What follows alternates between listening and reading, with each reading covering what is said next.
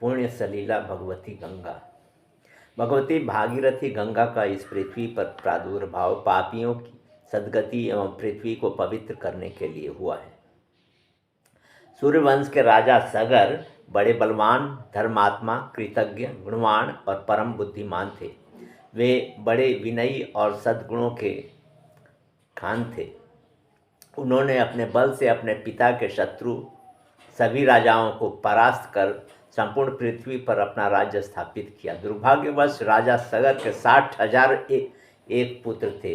वे सभी बुरे आचरण वाले एवं दुष्ट प्रकृति के थे तथा अपने अपने शारीरिक सुख सुविधा एवं आराम में व्यस्त रहते थे। वे धार्मिक अनुष्ठान करने वाले लोगों के कार्यों में सर्वदा बाधा डाला करते थे। उन्होंने साधु पुरुषों की जीविका छीन ली और सदाचार का नाश कर डाला। पृथ्वी के लोग ही नहीं, देवता भी उनके दुराचारों से त्रस्त हो गए थे। एक बार धर्मात्मा राजा सगर ने महर्षियों के सहयोग से अश्वमेध यज्ञ का अनुष्ठान आरंभ किया। सगर पुत्रों से त्रस्त देवताओं को उनके पुत्रों के विनाश का उपाय हाथ लग गया। इंद्र ने अश्वमेध यज्ञ में नियुक्त घोड़े को चुराकर पाताल में तपस्या में संलग्न महान वीतराग महात्मा कपिल जी की कुटिया के पास बांध दिया।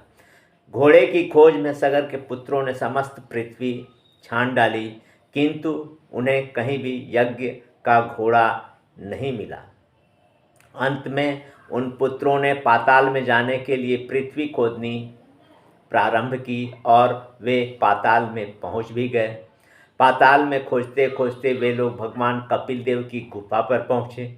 वहाँ उन्हें करोड़ों सूर्यों के समान प्रभावशाली महात्मा कपिल जी का दर्शन हुआ। वे ध्यान में मग्न थे। वहाँ एक परम सात्विक प्रकाश की छटा थी।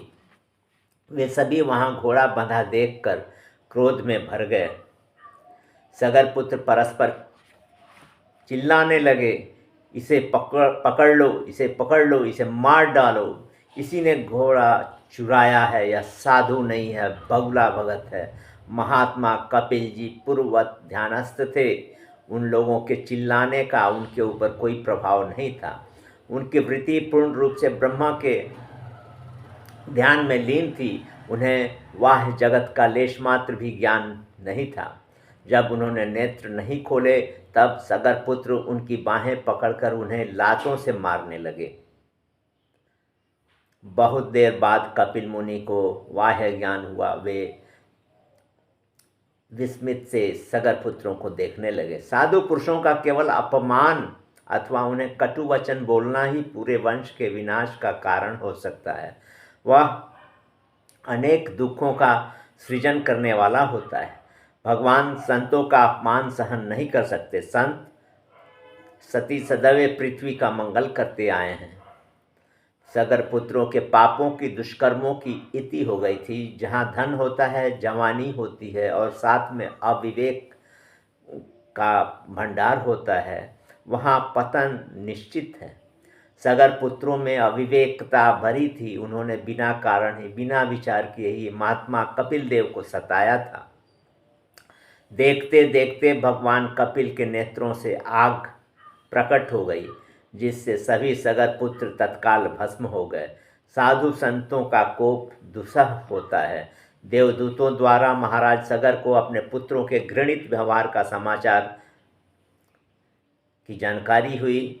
अपने पुत्रों के विनाश से राजा सगर को दुख नहीं हुआ, क्योंकि उनके दुष्चरित्र को वे भली भांति जानते थे। सगर ने अपने पौत्र अंशुमान को महात्मा कपिल देव के पास उनका कोप शांत करने के लिए भेजा। अंशुमान बुद्धिमान, विद्वान एवं भक्त पुरुष थे। वे पाताल में ढूंढते ढूंढते मुनिवर कपिल की गुफा पर पहुँचे। अंशुमान ने कपिल देव को साष्टांग प्रणाम किया। वे विनय पूर्वक हाथ जोड़कर उनसे प्रार्थना करने लगे, प्रभु, मेरे पिता के भाइयों ने आपके साथ दुष्टता की है, उन्हें क्षमा करें।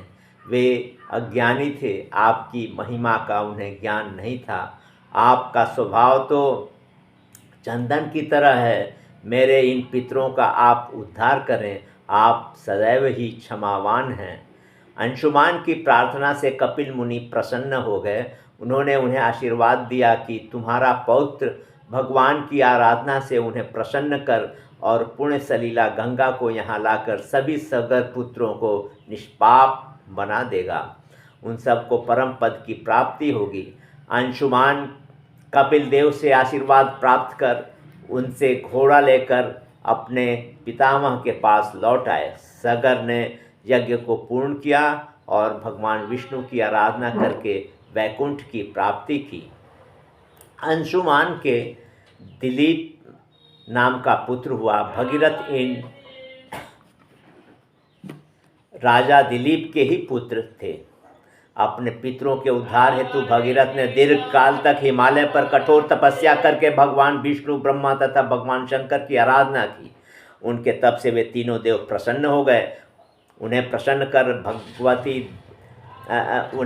कर भगीरथ देव नदी गंगा को इस पृथ्वी पर ले आए। जगत को एकमात्र पावन करने वाली गंगा समस्त जगत को पवित्र करती हुई राजा भगीरथ के पीछे पीछे आकर सगर पुत्रों के भस्म को प्लावित करती हुई बहने लगी। उनके भस्म का गंगा से स्पर्श प्राप्त हुआ और वे सभी विष्णु धाम में चले गए।